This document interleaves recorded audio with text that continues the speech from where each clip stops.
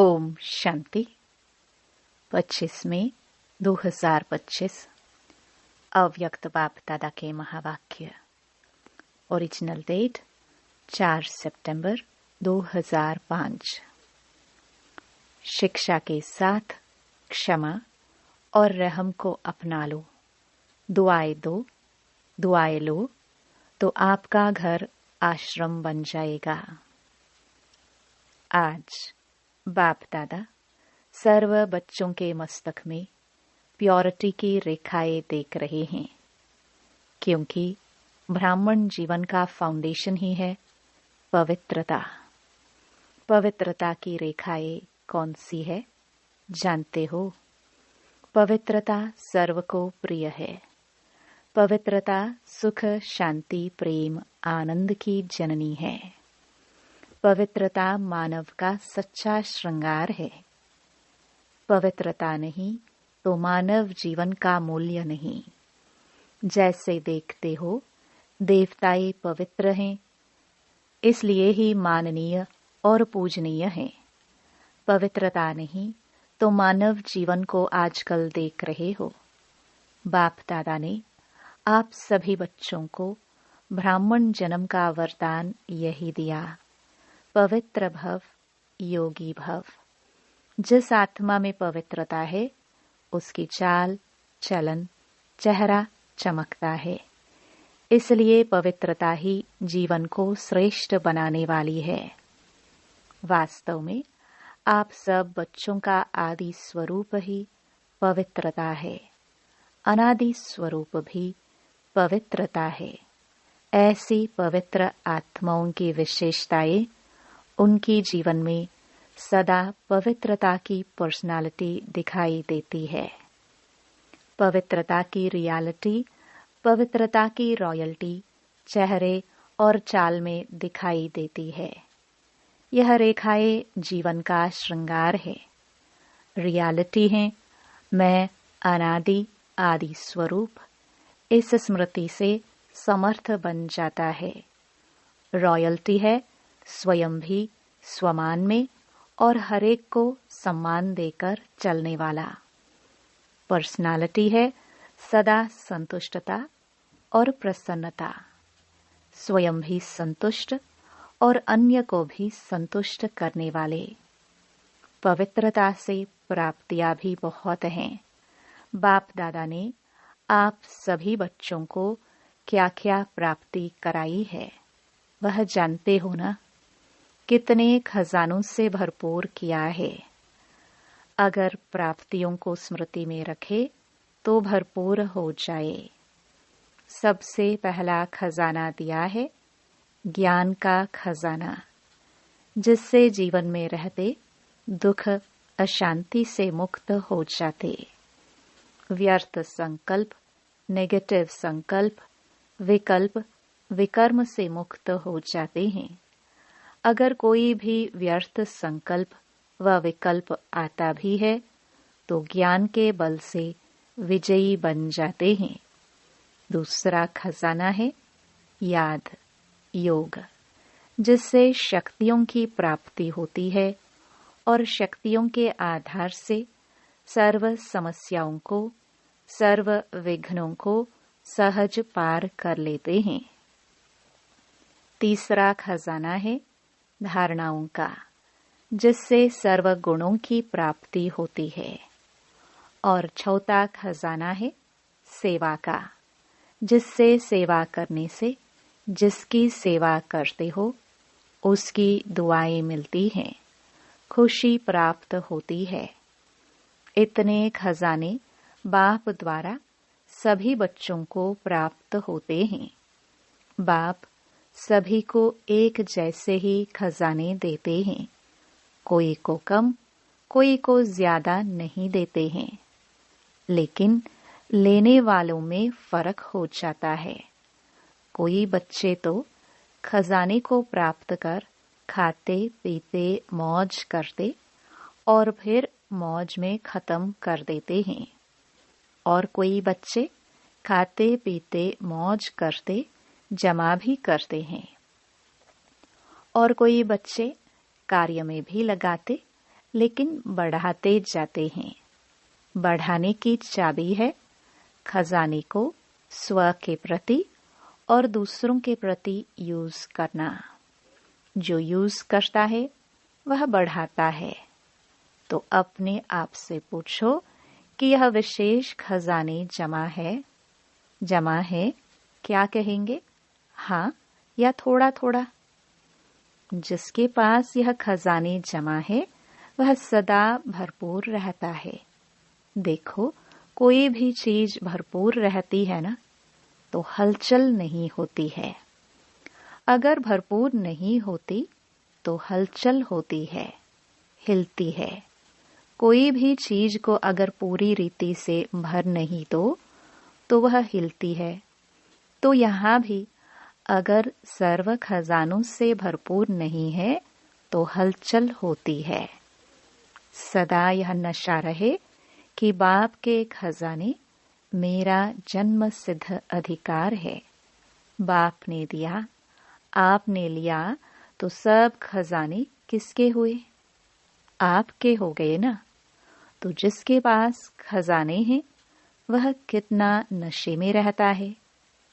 जैसे छोटा सा राजा का लड़का राजकुमार होता है, पता भी नहीं होता है कि बाप के पास क्या क्या खजाना है, लेकिन नशा रहता है कि बाप के खजाने मेरे खजाने हैं और खजाने की खुशी में रहता है। अगर खुशी कम रहती है तो उसका कारण क्या होता है? बाप ने तो खजाने दिए हैं, सुना, लेकिन एक है सुनने वाले, दूसरे हैं समाने वाले। जो समाने वाले हैं वह नशे में रहते हैं। आज नए नए बच्चे भी आए हैं। बाप दादा आप लकी बच्चों को आप सबके भाग्य की मुबारक दे रहे हैं। अपने भाग्य को पहचाना है। परमात्म प्यार, अविनाशी प्यार, जो सिर्फ एक जन्म नहीं चलता, अनेक जन्म सदा ही प्यार कायम रहता है। क्योंकि यह जो समय चल रहा है, यह समय भी संगम युग, भाग्यवान युग है। सतयुग को भी भाग्यवान कहते हैं, लेकिन वर्तमान संगम युग का समय उससे भी भाग्यवान है। क्यों? इस संगम युग में ही बाप द्वारा अखंड भाग्य का वरदान वर्षा प्राप्त होता है। तो ऐसे संगम युग में, भाग्यवान समय में आप सभी अपना भाग्य लेने के लिए पहुंच गए हो। बाप दादा बच्चों को बहुत एक सहज पुरुषार्थ की विधि सुनाते हैं। सहज चाहते हो ना? मुश्किल तो नहीं चाहते हो ना? इन बच्चों को, पुरानों को तो भाग्य की सहज विधि मिल गई है, मिली है ना? सबसे सहज, और कुछ भी नहीं करना, सिर्फ एक बात करना। एक बात तो कर सकते हो ना?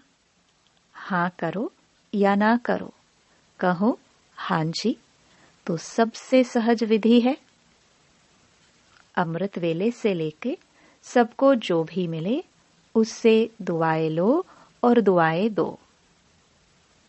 चाहे क्रोधी भी आवे, लेकिन आप उसको भी दुआएं दो और दुआएं लो, क्योंकि दुआएं तीव्र पुरुषार्थ का बहुत सहज यंत्र हैं। जैसे साइंस में रॉकेट है ना, तो कितना जल्दी कार्य कर लेता है। ऐसे दुआएं देना और दुआएं लेना, यह भी एक बहुत सहज साधन है आगे बढ़ने का। अमृत वेले बाप से सहज याद से दुआएं लो और सारा दिन दुआएं दो और दुआएं लो। यह कर सकते हो? कर सकते हो तो हाथ उठाओ। कोई बद्दुआ दे तो क्या करेंगे? आपको बार बार तंग करे तो? देखो, आप परमात्मा के बच्चे, दाता के बच्चे, दाता हो ना, मास्टर दाता हो। तो दाता का काम क्या होता है? देना तो सबसे अच्छी चीज है। दुआएं देना, कैसा भी व्यक्ति हो, लेकिन है तो आपका भाई बहन। परमात्मा के बच्चे तो भाई बहन हो ना, तो परमात्मा का बच्चा है, मेरा ईश्वरीय भाई है, ईश्वरीय बहन है। उसको क्या देंगे? बद्दुआ देंगे क्या? बाप कभी बद्दुआ देता है? देगा? देता है? हाँ या ना? हाँ ना करो, बहुत खुश रहेंगे। क्यों? अगर बद्दुआ वाले को भी आप दुआ देंगे, वह दे ना दे, लेकिन आप दुआएं लेंगे तो दुख क्यों होगा? बाप दादा आप आए हुए बच्चों को एक वरदान देता है। वरदान याद रखेंगे तो सदा खुश रहेंगे। वरदान सुनाए? सुनेंगे? वरदान है, अगर आपको कोई दुख दे तो भी आप दुख लेना नहीं।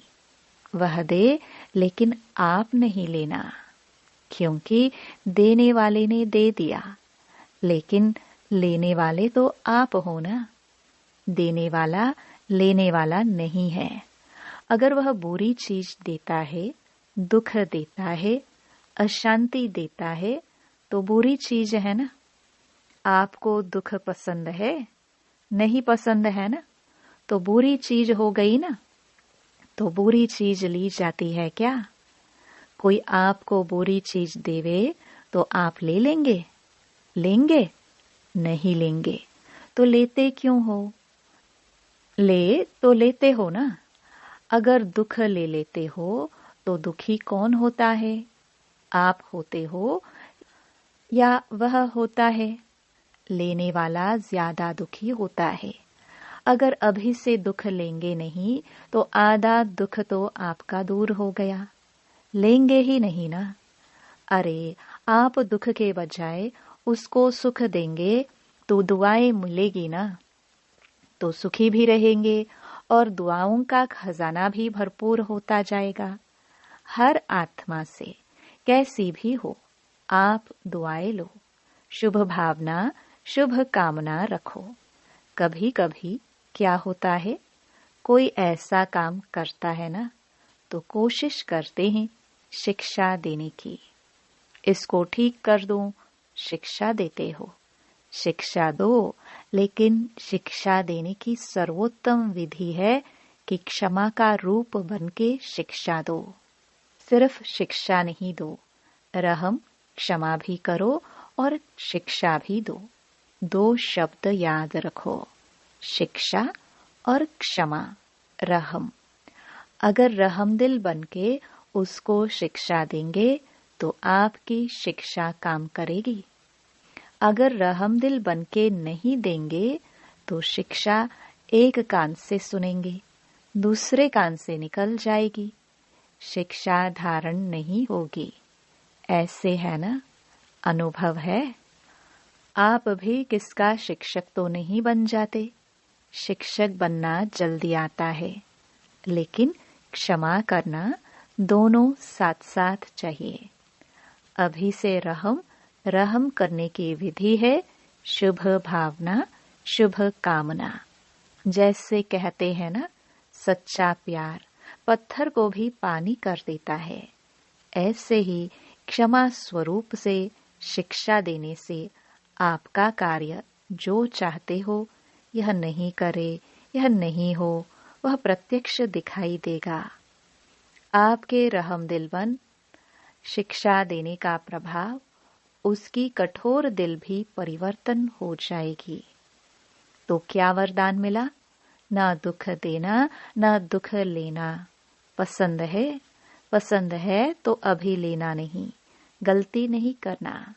जब बाप दुख नहीं देता तो फॉलो फादर तो करना है ना, कर रहे हैं। कभी कभी थोड़ा डांट देते हो, डांटना नहीं, रहम करो, रहम के साथ शिक्षा दो। बार बार किसको डांटने से और ही आत्मा जो है ना, वह दुश्मन बन जाती है, घृणा आ जाती है। परमात्म बच्चे हो ना, तो जैसे बाप पतित को भी पावन बनाने वाला है, तो आप दुखी को सुख नहीं दे सकते हो। अभी जाकर ट्रायल करना।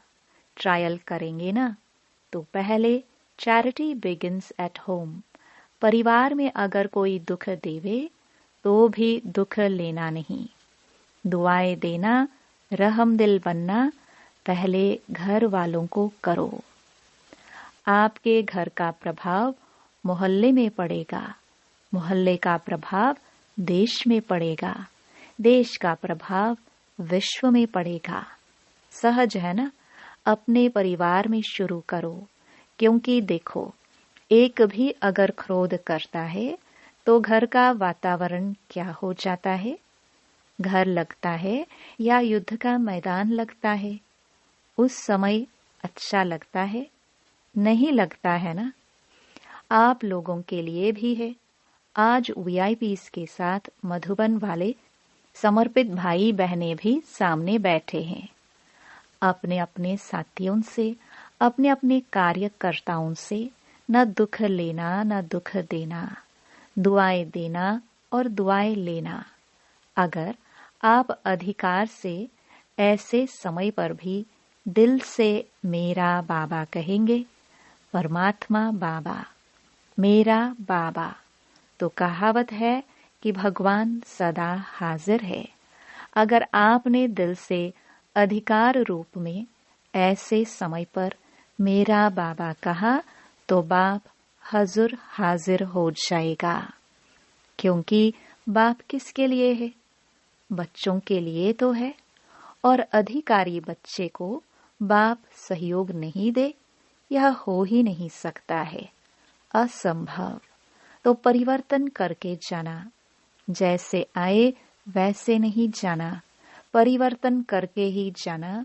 क्योंकि देखो, इतना खर्चा करके आए हो, टिकट तो लगी ना, खर्चा भी किया, समय भी दिया, तो उसकी वैल्यू तो रखेंगे ना। तो वैल्यू है स्व परिवर्तन से पहले घर का परिवर्तन, फिर विश्व का, देश का परिवर्तन।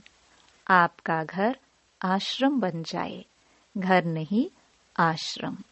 वैसे शास्त्र भी कहते हैं गृहस्थ आश्रम, लेकिन आज आश्रम नहीं है। आश्रम अलग है, घर अलग है। तो घर को आश्रम बनाना, दुआएं देना और लेना, यह आश्रम का कार्य है। आपका घर मंदिर बन जाएगा। मंदिर में मूर्ति क्या करती है? दुआएं देती है ना। मूर्ति के आगे जाकर क्या कहते हैं? दुआएं दो, मर्सी मर्सी कह के चिल्लाते हैं।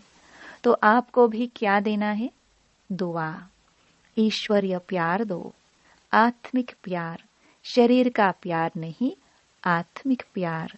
आज प्यार है तो स्वार्थ का प्यार है, सच्चे दिल का प्यार नहीं है। स्वार्थ होगा तो प्यार देंगे, स्वार्थ नहीं होगा तो डोंट केयर। तो आप क्या करेंगे? आत्मिक प्यार देना, दुआ देना, दुख न लेना, न दुख देना। देखो, आपको चांस मिला है, बाप दादा को भी खुशी है। इतने जो भी सब आए हैं, भारत के करीब 225 वीआईपीज रिट्रीट में आए हुए हैं। इतने घर तो आश्रम बनेंगे ना, बनाएंगे ना, पक्का कि थोड़ा थोड़ा कच्चा? जो समझते हैं कुछ भी हो जाए, थोड़ा सहन तो करना पड़ेगा। समाने की शक्ति कार्य में लगानी पड़ेगी। लेकिन सहन शक्ति का फल बड़ा मीठा होता है। सहन करना पड़ता है, लेकिन फल बड़ा मीठा होता है। तो जो पक्का वायदा करते हैं, घर घर को स्वर्ग बनाएंगे, मंदिर बनाएंगे, आश्रम बनाएंगे, वह हाथ उठाओ। देखा देखी में नहीं उठाना, क्योंकि बाप दादा हिसाब लेगा ना। फिर देख कर नहीं उठाना, सच्चा सच्चा मन का हाथ, मन से हाथ उठाओ। अच्छा दादिया, इनको इसकी क्या प्राइस देंगे? हाँ बोलो दादी, इतने मंदिर बन जाएंगे तो आप उसको क्या प्राइज देंगे? अपने घर वालों को ले आवे। यह तो प्राइज नहीं दी, यह तो काम सुना दिया। बाबा जो आज्ञा करेंगे, देखो प्राइज तो आपको मिल जाएगी, कोई बड़ी बात नहीं है। लेकिन बोले, आप जाने के बाद अपनी धारणा से परिवर्तन करना और 15 दिन के बाद, मास के बाद अपनी रिजल्ट लिखना। जो 1 मास भी दुख नहीं लेगा न देगा, उसको बहुत अच्छी प्राइज देंगे। अगर आप आएंगे तो मुबारक है, अगर नहीं आ सकेंगे तो भी सेंटर पर भेजेंगे। अच्छा, चारों ओर के देश विदेश के बच्चों की याद बाप दादा को मिली है। चाहे फोन द्वारा याद भेजी है, चाहे पत्र द्वारा, चाहे दिल में याद किया है, तो बाप दादा सभी बच्चों को, चाहे भारत के चाहे विदेश के, रिटर्न में दुआएं और याद प्यार पदम गुणा दे रहे हैं। चारों ओर के परमात्म प्यार के अधिकारी बच्चों को, चारों ओर सर्व खजानों से भरपूर, निर्विघ्न, निर्विकल्प, निर्व्यर्थ संकल्प रहने वाले श्रेष्ठ आत्माओं को, साथ साथ सर्व परिवर्तन करने और कराने के आगे उमंग उत्साह में उड़ने वाले बच्चों को, साथ साथ बाप दादा को सच्चे दिल का समाचार देने वाले सच्चे दिल वाले बच्चों को, विशेष दिलाराम के रूप में, बाप के रूप में, शिक्षक के रूप में, सतगुरु के रूप में पदम गुणा याद प्यार और नमस्ते। वरदान। भटकती हुई आत्माओं को यथार्थ मंजिल दिखाने वाले चैतन्य लाइट माइट हाउस भव। किसी भी भटकती हुई आत्मा को यथार्थ मंजिल दिखाने के लिए चैतन्य लाइट माइट हाउस बनो। इसके लिए 2 बातें ध्यान पर रहे। एक, हर आत्मा की चाहना को परखना। जैसे योग्य डॉक्टर उसे कहा जाता है जो नब्ज को जानता है, ऐसे परखने की शक्ति को सदा यूज करना। दूसरा, सदा अपने पास सर्व खजानों का अनुभव कायम रखना। सदा यह लक्ष्य रखना कि सुनाना नहीं है, लेकिन सर्व संबंधों का, सर्व शक्तियों का अनुभव कराना है। स्लोगन। दूसरों की करेक्शन करने के बजाय एक बाप से ठीक कनेक्शन रखो। अव्यक्त इशारे। रूहानी रॉयल्टी और प्योरिटी की पर्सनालिटी धारण करो। अपना निजी स्वरूप व वरदानी स्वरूप सदा स्मृति में रहे तो अपवित्रता और विस्मृति का नाम निशान समाप्त हो जाएगा। विस्मृति व अपवित्रता क्या होती है? अब इसकी अविद्या होनी चाहिए, क्योंकि यह संस्कार व स्वरूप आपका नहीं है, बल्कि आपके पूर्व जन्म का था। अभी आप ब्राह्मण हो, ये तो शूद्रों के संस्कार व स्वरूप है। ऐसे अपने से भिन्न अर्थात दूसरे के संस्कार अनुभव होना, इसको कहा जाता है न्यारा और प्यारा। ओम शांति।